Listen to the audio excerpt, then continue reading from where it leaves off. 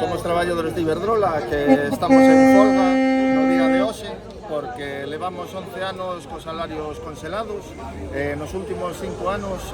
mentras a empresa bateu récord de beneficios todos os anos e gañou 25.000 millóns de euros, nós levamos unha perda de poder adquisitivo do 20% respecto ao IPC. Mentras a nos empobrecen perpetuamente, os directivos de Iberdrola repartíronse un bonus de 280 millóns de euros e outro bonus que aprobaron de 400 millóns de euros ca maior oposición de voto da historia da empresa.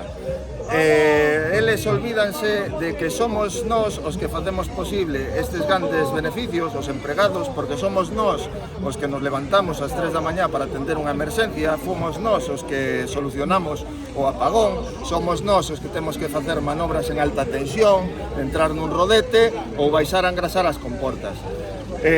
O que estamos aquí é para exixirlles que nos recoñezan o noso traballo e dicir basta a este abuso e esta violencia que nos están a someter esta dirección, que está hundindo unha empresa que durante décadas os traballadores encargámonos de levantar.